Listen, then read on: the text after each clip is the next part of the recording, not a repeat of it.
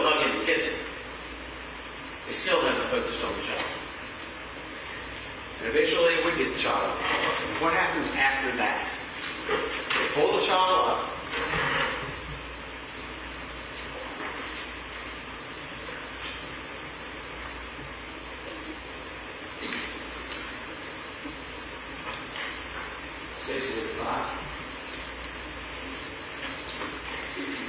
They pull the child out.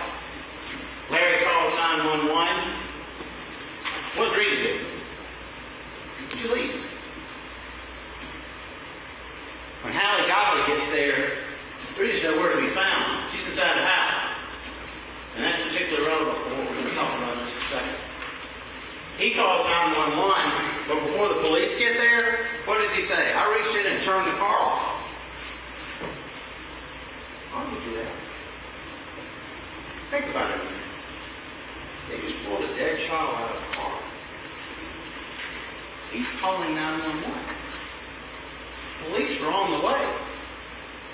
Why does he reach in the car and turn it off? Don't want to waste gas? What?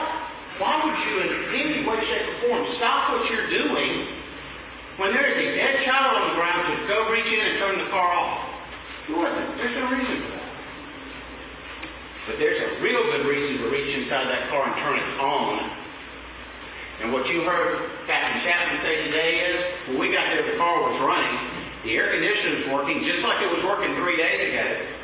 There was no compression issue with that car, compressor issue with that car. It works. And the air was on, the car was running, but it wasn't cold inside.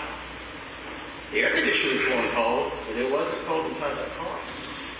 Why? Because Larry had just turned it on right before the police got there. Why? Because he knew he just murdered that child. That's why. And by the way, what did Rita say when they finally went and got Rita out of the house and brought her out? What did she say? Hallie Godley testified to this Monday, that it was the very first witness. She said, I brought Rita out, and Rita said, we put the child in the car. I went inside to get cigarettes. I came back out, and the car was locked. That was her description of what happened. Even Rita didn't say the car was on with the air conditioning running. Because that would have been the very first thing out of her mouth if that was true.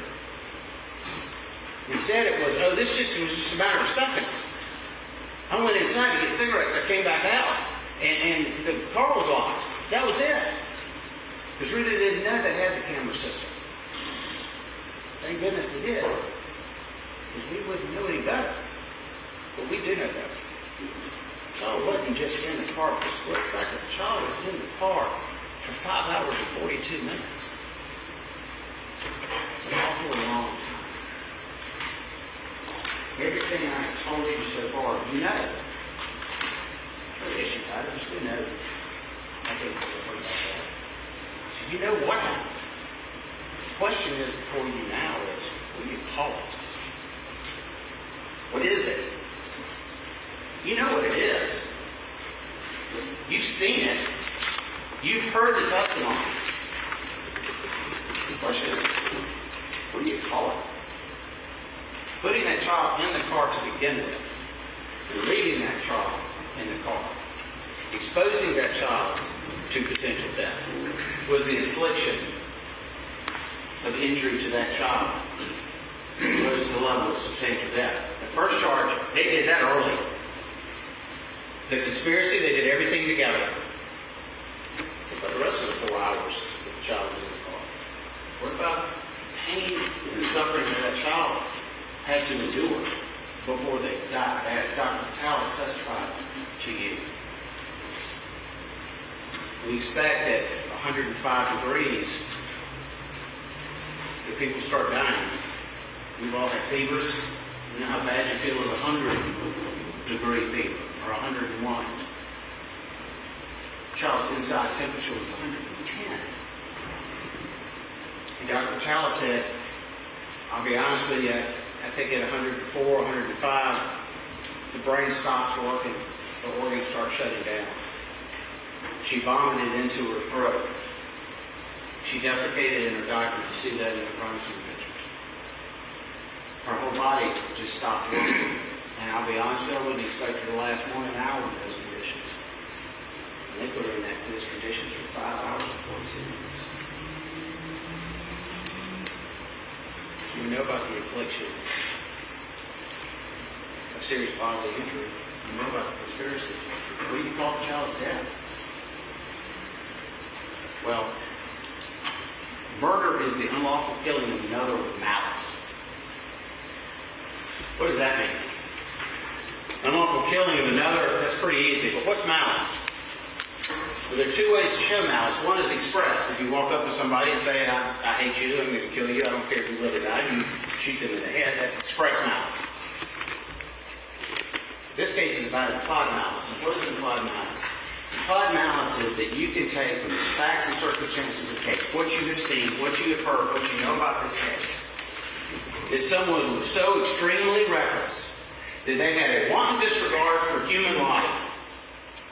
They may not even have direct ill feelings toward that one individual, but their attitude, their actions, all of the things that they chose to do, all the way they chose to act, all led back to a conscious disregard for the lives of others, and in this case, the other person was Cristina, a child totally dependent on them for safety.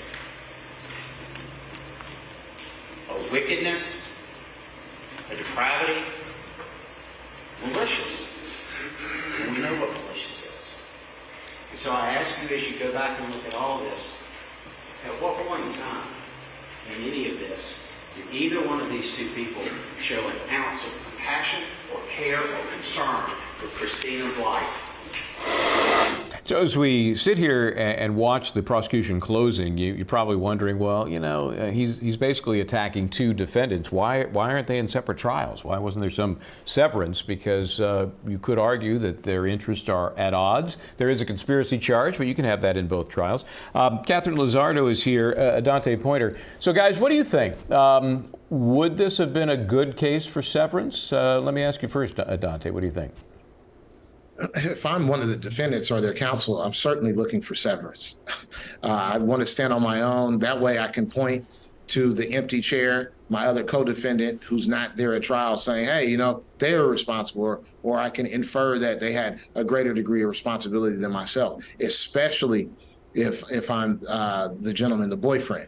If I'm the mom, you know, I'm also doing the same thing. I'm saying, hey, you know, I was high. This guy got me high. I wasn't thinking clearly. And, you know, he was essentially influenced me to not be taking particularly close attention to my child. So I think that would have been a better strategy. However, now they find themselves in trial together, and they'll both probably go down together, in my opinion. So, Catherine, I think we can understand the interest. The prosecution definitely wants them sitting there together. The defense probably wanted severance.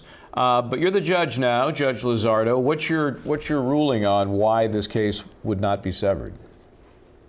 I'm going to rule not to be severed. One, usually because it's in the interest of justice in terms of having a conflicting ruling on two different trials. Also, in the case of the saving of the court's time, as we see here, all the evidence obviously are the same. But like you mentioned, the prosecution would want it not severed because of the conspiracy charge as well, which requires two or more people acting in concert. But if I can add to that, what I found very interesting with that prosecution's closing is saying that the defendant, Larry King, said to the 911 call that he turned off the car.